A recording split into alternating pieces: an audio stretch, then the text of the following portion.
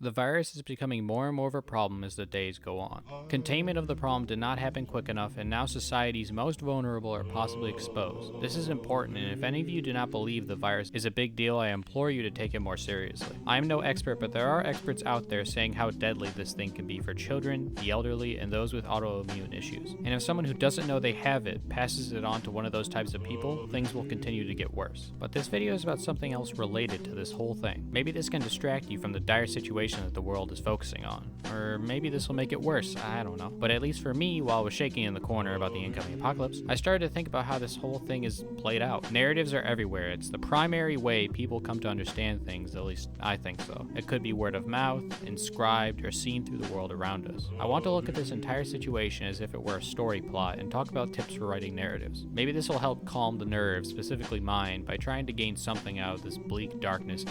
Nobody wants a story that they're predicting word for word from start to finish.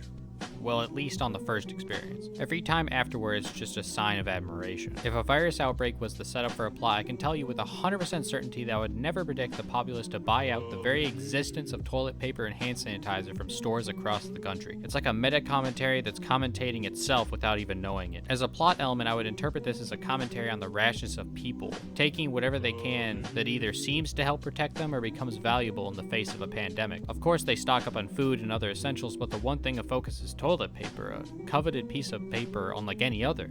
A luxury of the 21st century that people are now realizing is so important to their lives. So much so that they focus on that instead of staying home and avoiding the virus altogether. I imagine God sitting at a poker table with Vishnu, Zeus, and Tupac describing his grand literary masterpiece. And to prove his point, here we are, living his whack first draft he should have never taken out of the drawer to give a second look. So to make the point, this story element makes no sense. As a viewer, I can't connect with the plight of the people because their actions are not something I can imagine happening in real life. But as a meta commentary, it works quite well. Sets up the everyday person of this universe while giving an opportunity for the observer to assess his own ideas about society. Its messaging about the absurdity of people in a crisis is effective, though it probably wouldn't land with the entire audience. Which is fine for someone reading a story. Yeah, it's only okay for this weird shit to be happening there. I give the unpredictability of this story a solid 3 out of 5.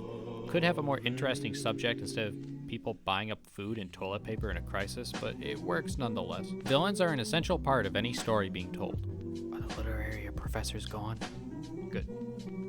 Okay, now that we've gotten the basics out of the way, stories don't need a villain. Sure, if this was the critically acclaimed, Oscar-nominated Boss Baby, then yes, this story should have a villain or antagonist of some sort to ground the story's plot. But here, the story opts for more of an objectivist story. We view the conflict through the lens of an uncaring observer, yet we are given the specifics of one person's viewpoint on the conflict as well to ground us emotionally in the plot, almost as if we're there with them, experiencing it. Of course, the first-person viewpoint we see is the classical use of an unreliable narrator, which we constantly have to question if the information it knows is true, just as the character itself does. The amount of times my info has shifted recently on the virus, for example, is numerous as the situation keeps evolving. Now, if we take the idea of a villain or antagonist and use it more broadly, then the virus itself could be seen as the story's villain. Maybe the governments of the world, or maybe even society as a whole for allowing this situation to happen. Though interpreting the story with that last view I feel is kinda baseless, as the story throughout tries to show the people attempting to persuade their leaders to take action, so I'm more inclined to say the virus is the villain, with the government being a strong side antagonist. Overall, the villain is pretty effective. The virus is menacing, utilizing old story elements and repackaging them into a unique character. It has a name that sticks out and has caused a related business to become enraged as the idea of being connected to such a character, and it pushes the plot forward effectively. I give the virus villain a 4 out of 5. Effective, but I feel like the populace will forget about it in a month or two. Not memorable enough. It's important to give your story a compelling draw throughout. Most stories have problems when it comes to the midpoint, but surprisingly, this doesn't suffer from that. Nobody knows where the situation is going, but the ending seems a bit more open-ended. Where does the story end? Does it ever? We will have to see. 0 out of 5 for not existing, just sloppy work. Maybe I'll revisit the story when it's revised a bit. Until next time. Hey, it's me. This part's not scripted.